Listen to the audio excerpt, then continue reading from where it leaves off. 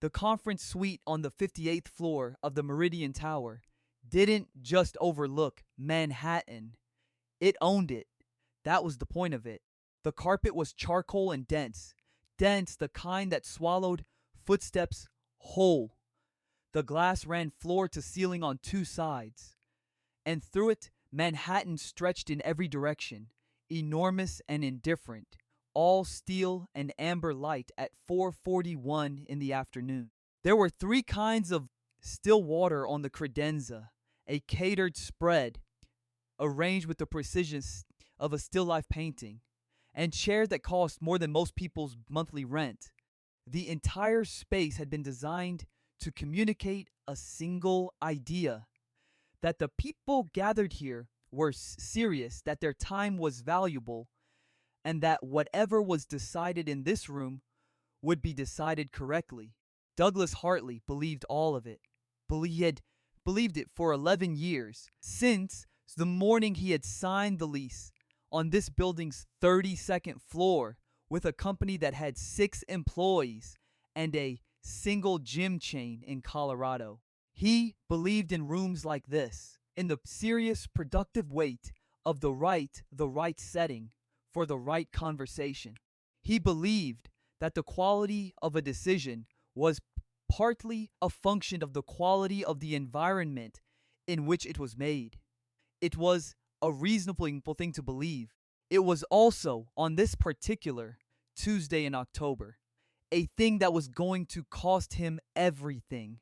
He was 61 years old, the founder and CEO of Hartley Group Ventures, which had spent the last decade quietly acquiring and scaling wellness companies across North America. Hartley Group owned 11 premium gym chains, 4 supplement brands, 2 physical therapy networks, and a corporate health management platform used by over 300 Fortune 500 companies. Douglas Hartley was not a man who made uninformed decisions. He had a team of advisors, a research department, and a personal physician who reviewed every major acquisition before a dollar moved. Today, he was prepared to move a $122,500,000. The deal had been in preparation for 8 months. The target was a proprietary performance protocol called the Caldwell Method, developed and patented by Dr. Preston Caldwell, a sports scientist whose credentials ran to 2 pages and whose results, according to the documentation Hartley's team had reviewed, were extraordinary. The protocol promised a measurable increase in athletic output, specifically VO2 max and functional strength metrics, in elite and near-elite athletes within a 12-week window, 3 clinical trials, peer-reviewed data, testimonials from 17 professional athletes across 4 sports. The acquisition would give Hartley's group exclusive licensing rights to the protocol and the technology platform built around it. It was, Hartley's team had concluded, the most compelling science-backed acquisition target they had seen in a decade. The door to the suite opened at 4:57 p.m. The man who came in was not Douglas Hartley's assistant, and he was not Dr. Preston Caldwell's associate, and he was not anyone who had been on the confirmed guest list for this meeting. He was tall, very tall, the kind of tall that a room registers before the person in it has properly arrived. He wore a faded gray cotton t-shirt, jeans that had been washed enough times to lose most of their color, and boots that had clearly covered some actual ground. A worn navy cap was pulled low over his face. He carried nothing. He moved through the doorway with the particular lightness of someone who has spent years learning to carry a large frame quietly, and he looked around the suite the way a person looks at a space they are trying to understand rather than impress. He stopped when he saw the catered spread. He said, in an accent that was Australian and unhurried, "Sorry, mate. I think I've got the wrong floor." Douglas Hartley's assistant, Maya Torres, was 31 years old and had worked for Hartley Group for 4 years. She was standing near the credenza, reviewing the afternoon's briefing materials. Stay when the man walked in, and her first instinct, which was to direct him politely back to the elevator, paused somewhere before it reached her. She had seen a lot of people come throughs in this building: executives, investors, board members, the particular category of person who arrives to a meeting already performing their own importance. This man was not performing anything. He looked at the room the same way he would have looked at any room, without adjustment, without calculation. There was something about the complete absence of effort in how he occupied the space that made Maya Torres look at him for an extra second before she said anything. "Can I help you?" she said. He looked at her. He had blue eyes, she noticed, clear and direct, the kind that didn't move off your face when they found it. And then, without any reason she could name yet, she watched him glance at the presentation equipment. Caldwell's team had assembled near the screen. His eyes moved across it quickly, the way an experienced person scans something familiar, not curious, but assessing. 3 seconds at most. Then his gaze came back to her. "Yeah," he said. "I was told there was a fitness industry briefing up here. Private event, center partnership discussion." His voice was quiet. He wasn't checking his phone. He wasn't scanning the room for the most important person in it. He was just standing there, easy and still, waiting. Maya looked down at the guest list. The afternoon's meeting was the Caldwell Acquisition Review, strictly internal plus the presenting party. But there was a note at the bottom of the sheet, added late, that she had assumed was a last-minute addition from Hartley's LA office. Australian wellness investor, informal observer, confirmed by D.H. personally. She hadn't thought to question it. Douglas Hartley occasionally added informal observers to major acquisition reviews, people whose perspective he valued, brought in quietly. "You're in the right place," she said. "Can I get your name for the record?" He considered this for a moment in the unhurried way of someone not accustomed to being asked to explain himself, but with no particular objection to it. "Chris," he said. "Just put down Chris." Maya wrote it down. She didn't recognize him, which later she would think about. The fact that she had looked directly at him, written down his name, and not recognized him. Because the cap was low and the clothes were wrong and nothing about him suggested that he was anyone other than exactly what he appeared to be. A large, quiet Australian man who had walked into a room in a faded t-shirt. He took a seat against the far wall, away from the main conference table. He poured himself a glass of still water from the credenza. And Maya noticed this, though she couldn't have said why. He turned the bottle first and read the mineral content label, not the brand. The actual mineral content, the small print numbers on the back. He read them for 3 seconds with the focused attention of someone who understood what they meant. Then he set the bottle down and said nothing else. Dr. Preston Caldwell arrived at 5:03 p.m. with 2 associates and a presentation cart loaded with screens, printed materials, and a hard-sided case that he handled with careful, demonstrative reverence. He was 50, with silver-streaked hair and the bearing of someone who had spent years in lecture halls being deferred to. His blazer was expensive. His handshake for Douglas Hartley was precise. 2 pumps released cleanly. The handshake of a man who had read something about handshakes. He set up with practiced efficiency. His 2 associates flanked the presentation screens. Gerald Marsh, Hartley's lead acquisition advisor, took his place beside Patricia Shen, the group's legal counsel.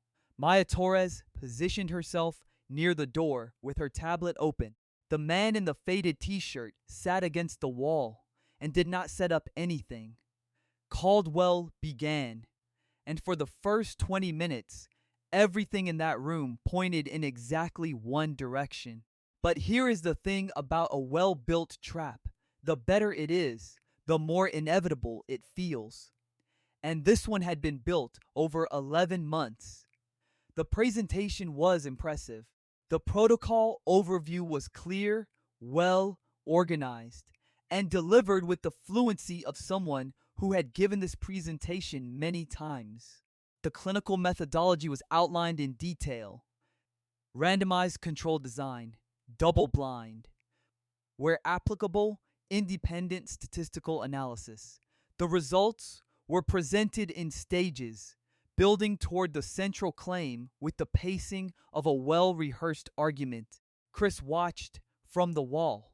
He had taken off the cap when the presentation started and set it on his knee.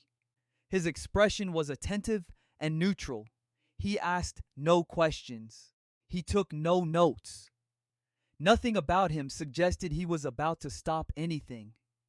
But Maya would think about that later, about how the most important person in the room was the one nobody was looking at. Caldwell reached the core data. The primary outcome measure, he said, was VO2 max improvement over the 12-week protocol period. He advanced the slide. The mean improvement across our trial population was 22.4%. Douglas Hartley leaned forward slightly. 22%, 22.4, Caldwell confirmed.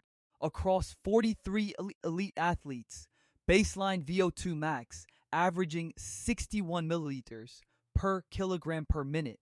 Post-protocol, the cohort averaged 74.7. He let that settle. The current scientific literature identifies 6 to 8% as achievable with optimized conventional training over a comparable period. Our results are more than 3 times that benchmark. Gerald Marsh was already looking at his notes. That's consistent with what was in the pre-read materials.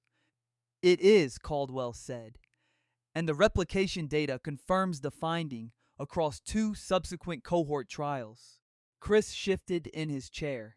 It was a small movement. One hand moved from his knee to the arm of the chair, a slow repositioning. Maya noticed it because she had been paying attention to him in the quiet way you pay attention to something that hasn't moved for a long time and then does. He was looking at the slide. The expression on his face had changed, not dramatically, but in the way a face changes when something running in the background suddenly requires the foreground. But that wasn't the moment everything turned. Not yet. Caldwell continued through his secondary outcomes. Functional strength metrics, recovery time, cortisol data, and the room stayed warm and confident and heading in one direction. Then Caldwell reached the peak performance ceiling slide, and Chris set his water glass down on the floor beside his chair. The sound was very small, a soft clink of glass on dense carpet, but the deliberateness of it, the way he placed it rather than simply released it, carried a quality different from all his previous stillness. He said, "Can you go back one slide?" The room oriented toward him. Caldwell turned. "Of course," he said. He went back. The slide showed a subset analysis. Elite athletes, top 15% of the cohort by baseline VO2 max. Baseline average 68, 4 milliliters per kilogram per minute. Post-protocol average 84, 1. Chris looked at the slide the way he had looked at the room when he first walked in, not performing attention, just paying it. He said, 84.1. Yes, Caldwell confirmed. The recorded maximum VO2 max for a human athlete is 97, Chris said. Oscar Svensson tested in 2012 when he was 18 years old. Tour de France cyclists average around 80. Elite marathon runners typically peak in the mid 70s. He paused. You're saying your protocol took a cohort of elite athletes from 68 to 84 in 12 weeks. The results were independently verified, Caldwell said. By who? The Bioperformance Research Consortium at their Denver facility, Caldwell said. Founded in 2021, specifically to address gaps in high-performance sports science research. Chris nodded slowly. He leaned back. The room settled again. Gerald Marsh redirected to the financial modeling. The presentation continued. But something had shifted. The way a room shifts when a window has been opened somewhere, and you can't identify which one. Caldwell reached his conclusion 20 minutes later. The acquisition price, he said, reflects the scale of the opportunity. He placed both hands flat on the table. $122.5 million. This is the most significant advance in elite performance science in 20 years, Patricia Shen said. Clean from a legal standpoint, my recommendation is to proceed. Gerald Marsh, the financials support the valuation. I'm a yes. Douglas Hartley looked at the contract in front of him. He picked up his pen. The man against the wall said, Mr. Hartley, quietly, not urgently. The way you say someone's name when you want their attention, and you're willing to wait for it. Hartley looked up. Before you sign that, Chris said, I'd like 10 minutes. If the answers hold up, I'll sit back down and you can sign, and I'll congratulate everyone in the room. Caldwell's jaw tightened. Mr. Hartley, we have a prior commitment at... Hartley set the pen down. He said, Go ahead. Chris stood. He moved to the presentation screen, not aggressively, the way someone moves towards something they need to look at closely. I've spent about 15 years training seriously, he said. For film work, mostly.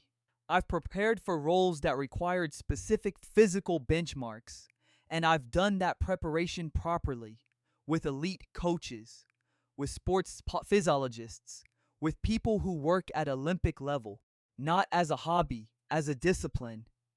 He looked at Caldwell, because when you put your name on something, you owe it the truth. There was a reason he said it that way, not as a line prepared for this room, as a fact earned slowly over years at some actual cost, and the room felt it, not because he was loud. He hadn't raised his voice once, but there is a particular quality to certainty that has been tested, and it sounds different from certainty that has only been performed. Everyone in the room heard the difference. In the spring of 2018, he had been preparing for a film role that required him to reach a specific physical ceiling in 20 weeks. A ceiling his trainers had described honestly as sitting at the outer edge of what was biologically achievable in that window, close enough to impossible that the gap between real and performed would be visible on screen. He had spent 4 months that year working with a physiologist named Dr. Aaron Walsh out of the Australian Institute of Sport in Canberra, a man who had spent 2 decades measuring what elite human bodies could and could not actually do. Walsh had been blunt from the first session. He had sat across a table, opened a laptop, and walked through the physiology of adaptation in language that had no room for wishful thinking. The body changes, Walsh had said. At the rate the body changes, not the rate you want it to, not the rate a supplement company promises it to, the rate the science shows. And the science is not flexible. That session had changed how Chris understood his own work, not the training itself, the understanding of its limits. He came back to Walsh 4 more times over the following 3 years, not for programs, but for the education, for the actual science. He read the Noakes papers on central governor theory. He read the altitude adaptationist studies out of Innsbruck. He read them because he had decided that if he was going to put his name on something real, the fitness platform, the programming, the content that reached millions of people waking up at 6 a.m. trying to do better, he was going to understand what he was building at the level where the numbers either held up or they didn't. Walsh was still in his phone. 2 days before this meeting, Chris had sent him a text asking about VO2 max upper ranges in trained elite populations. Walsh had replied in 11 minutes with 3 published papers and 1 sentence. Nobody breaks 84 from a 68 baseline in 12 weeks. Not cleanly, not without something wrong in the methodology. There was a small notebook in the left chest pocket of every jacket Chris owned, a habit he had picked up from Walsh, who had kept one throughout every session. This particular one was 3/4 full. The first entry was from Canberra, April 2018. He had written Walsh's exact words at the top of the first page because he had wanted them somewhere he couldn't lose. The body changes at the rate the body changes, not the rate you want it to. He had not needed to open the notebook today. The numbers on that slide had been enough. That was Walsh, and that was the message Chris had been sitting with when he walked into this room. He pointed to the subset slide, a VO2 max improvement of 23% in 12 weeks in athletes already at 68 baseline. 1 to 2% per year is excellent for trained athletes, even with altitude camps, blood flow restriction, high intensity interval protocols. The most aggressive legitimate interventions produce maybe 4 to 5% over a full season. 23% in 12 weeks is not 3 times the benchmark. It is not physiologically possible. The room was still, not empty still, not polite still.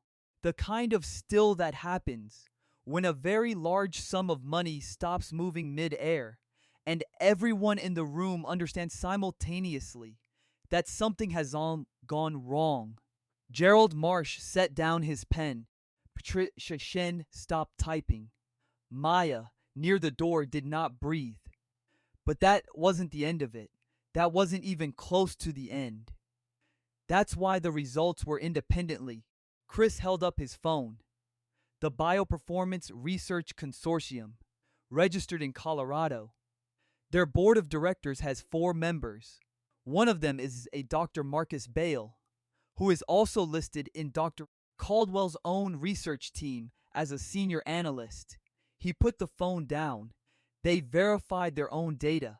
That's not independent review. That's peer review by yourself, Caldwell said. I can explain the governance, Chris said. I'd rather you explain the numbers. The silence that followed lasted long enough that the building's climate system became audible, a low, even hum from somewhere inside the walls. Nothing else moved. Caldwell spoke then, with authority and detail, about neural adaptation mechanisms, about central governor modulation, about the physiological basis for the results. He was fluent and confident, and had clearly prepared for exactly this challenge. Chris listened without interrupting.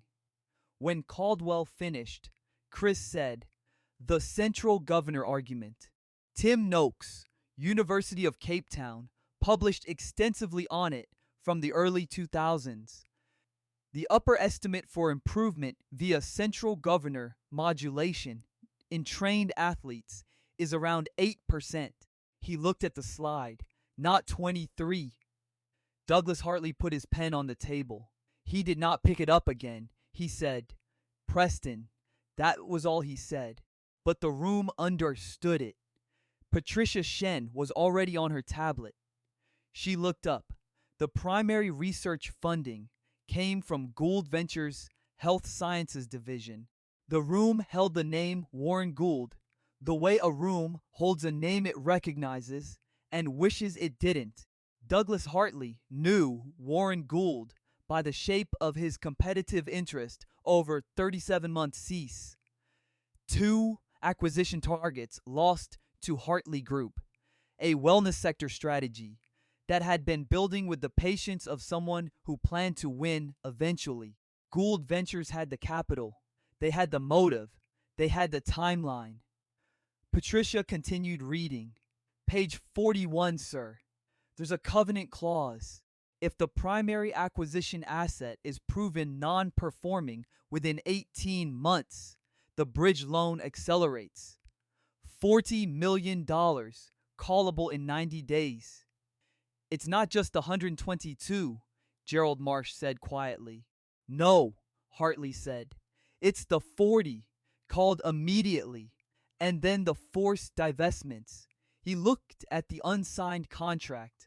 This was never about selling us a protocol. It was about breaking the company. Caldwell said, "These are speculative."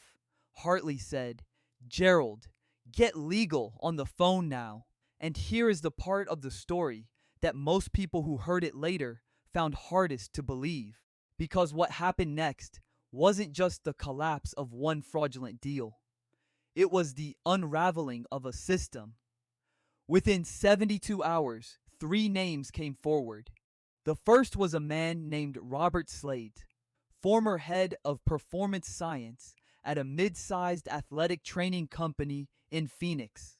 8 months earlier, Gould Ventures had funded that company's smaller pilot acquisition of the Caldwell method, $8.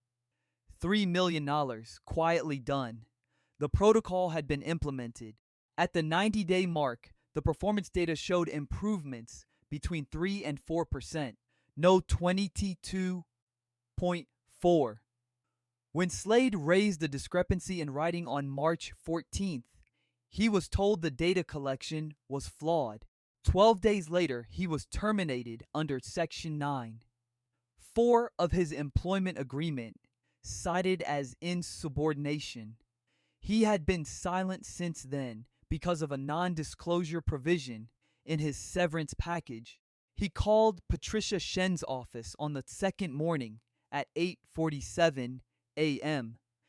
His voice when he spoke was the voice of someone who had been rehearsing a version of this conversation for 8 months without ever expecting to actually make the call. He said, "I've been waiting for someone to find what I found. I just didn't think I'd be the one who had to go first." He paused. "I have everything. The memo, the original data pulls, the emails from the week before I was let go. I kept copies. I kept them because I was afraid I'd need them someday, and also afraid I'd never get to use them." The second was Dr. Karen Whitfield, a sports physiologist brought in external reviewer during Bioperformance's second trial phase. She had flagged the same VO2 max anomalies in a written report submitted on November 7th of the previous year. Her report had not appeared in the published trial documentation.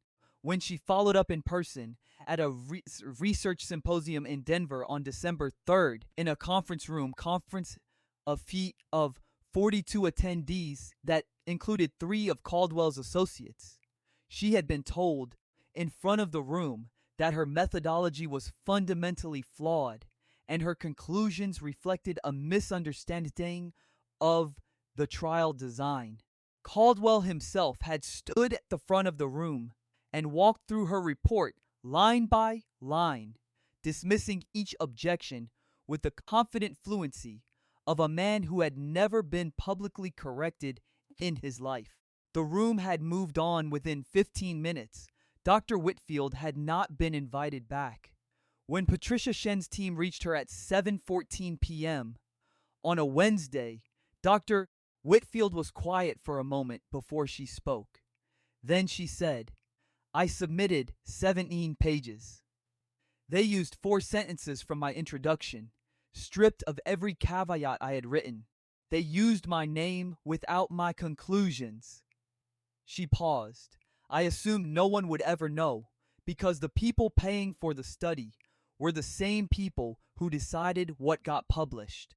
There were 42 people in that room in Denver. Not one of them said anything. The third was Marcus Webb, a 43-year-old endurance coach who had trained 3 athletes enrolled in the Caldwell trial. He had watched the testing process firsthand. He said the VO2 max assessments had not been standardized, that athletes had been tested following deliberately reduced training loads designed to artificially depress best readings and make the post-protocol improvement appear larger than it was. He had not come forward before. When Patricia Shen's team reached him at his training facility in Portland, Oregon, on a Thursday afternoon, he was quiet for a long moment before he spoke.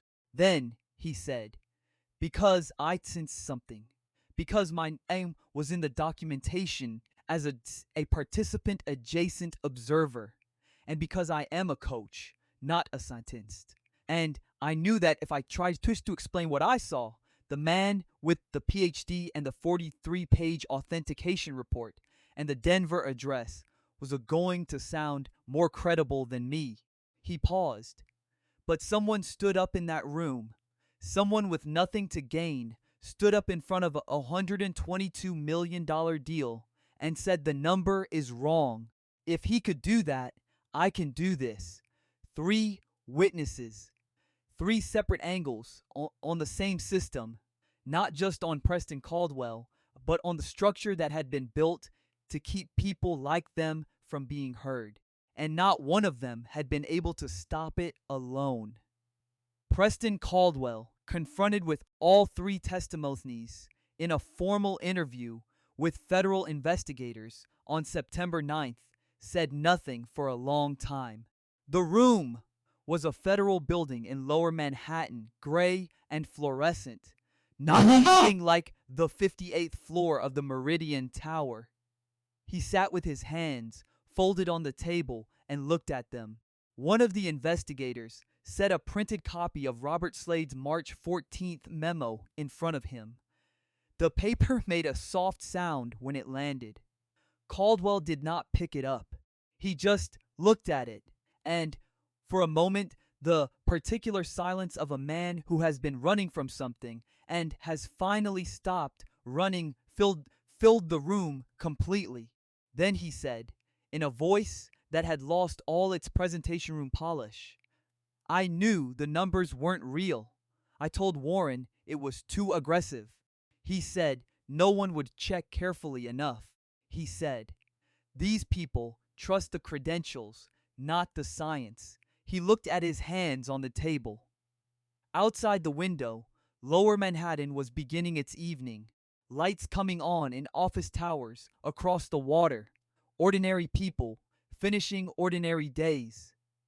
I wanted to believe that was true, he said. It was easier than doing the right thing. He was quiet for a moment. The 3 people I hurt the most, Slade, Whitfield, Webb, they were trying to do the right thing. And I let Warren use the system to silence them because I was afraid. He didn't say anything else for a while. It was not quite an apology. It was something adjacent to one. The first crack in a facade that had been maintained through performance and preparation and the confidence of someone who had never been caught before. And everyone in the room recognized that it was the most honest thing Preston Caldwell had said in at least 8 months, possibly much longer. The SEC opened a formal inquiry into Gould Ventures' Health Sciences Division on October 3rd, citing potential securities fraud in the structuring of the Pilot Phoenix transaction. A class action filing was prepared by Henderson and Price LLP on October 21st on behalf of Slade, Whitfield, Webb, and four additional parties who surfaced during discovery. The Wall Street Journal ran a front page feature on October 17th under the headline, "The $122 million protocol that never worked," and "The Man Who Engineered the Trap." By market close that Friday, Gould Ventures' publicly traded parent entity had dropped 31.4%. Preston Caldwell was terminated from all consulting arrangements effective September 10th under Section 14. 7 of his retained agreements, material breach, immediate effect. He received a 4-year federal sentence. Gerald Finn, the deal broker who had surfaced the opportunity through carefully constructed organic channels, received 3 years and 2 months and was permanently barred from acting as a licensed broker in any financial transaction. Warren Gould, after 14 months and $8 million in legal fees, was convicted on all counts: conspiracy to commit fraud, securities manipulation, and tortious interference with prospective business relations. He was sentenced to 11 years. Gould Ventures filed for Chapter 11 protection on February 28th of the following year, carrying $47, $3 million in civil judgments, and $14, $1 million in outstanding federal fines it could not service. The wellness sector position Gould had spent 3 years engineering was never acquired. But something else happened. Something smaller and more permanent. Douglas Hartley called the man he knew only as Chris 2 days after the meeting. He said, "I want to know who I'm speaking with." There was a pause on the line, the kind with ambient sound in it, like wind moving over something open, something outdoor. "Chris Hemsworth," the man said, the same uncomplicated ease as everything else. Hartley sat with that for a moment. He said, "How do you know what you know about sports physiology?" There was a pause.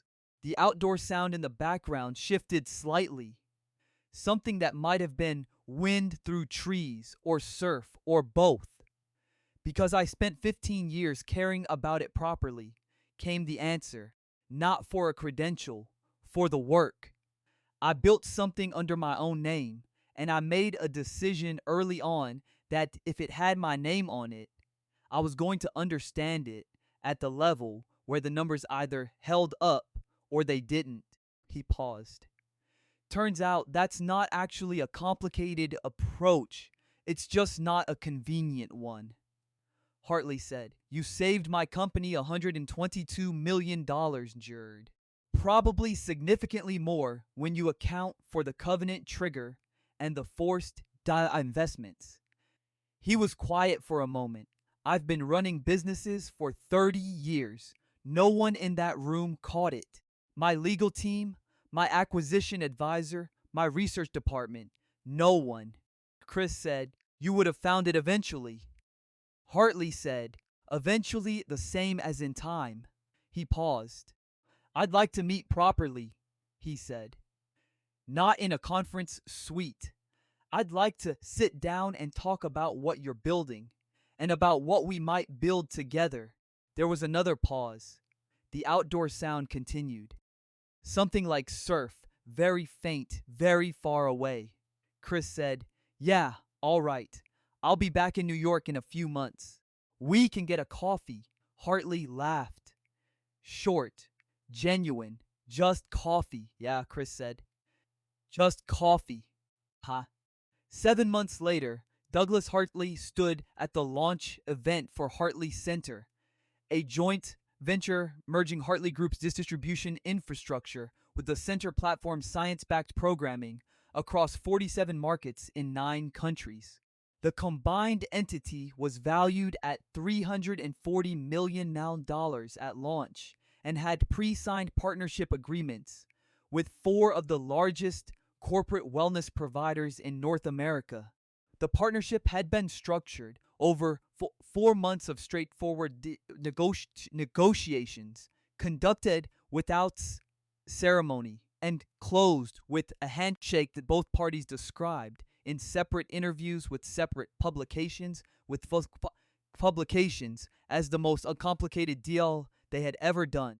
The launch was held in a ground floor function room in Manhattan, not the 58th floor of anything, not a penthouse boardroom with floor to ceiling glass and three kinds of still water, just natural light and folding tables and a buffet nobody had arranged like a still life painting.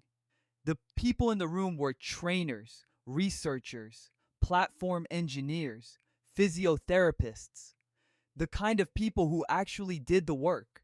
There was no catered presentation. There were no performance data slides. Chris was at the back of the room when Hartley gave brief remarks deep in conversation with a strength coach from an Australian sports institute. Faded green t-shirt, same jeans, boots at the same stage of honest use, the cap pulled low. Maya Torres stood near the entrance. She had recognized him for 6 months now.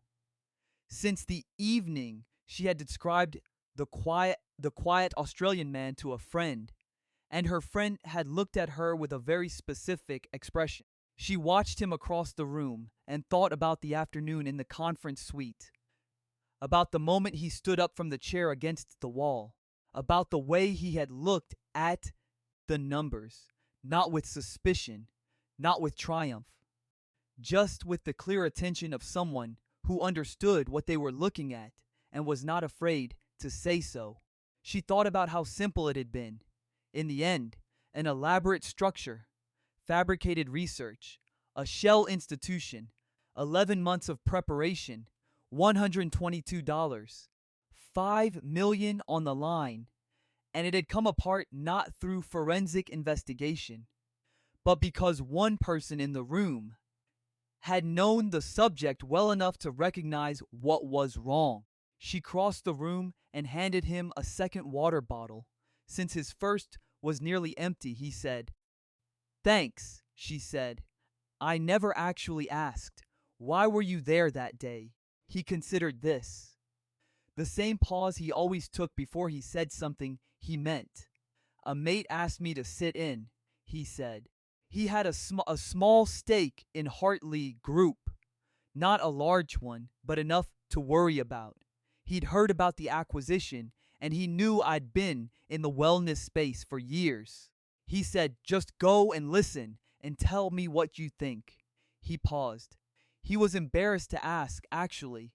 Thought I wouldn't want to sit through a corporate presentation about fitness science on a Tuesday afternoon in New York. She said, "Did you mind?" He looked across the room at Hartley, who was shaking hands with two of the physiotherapists, unhurried, actually listening to what they were saying. He looked at the trainers and researchers moving through the space with the ease of people who had been told their work was valued and believed it. "Not really," he said. "You learn something in most rooms if you pay attention." She said, "So you weren't there as an investor?" He said, "I was there as a bloke who knows too much about VO2 max." She laughed. He smiled, not a large smile, but a real one, the kind that reached all the way across the room. Hartley finished his remarks and raised a regular plastic water bottle.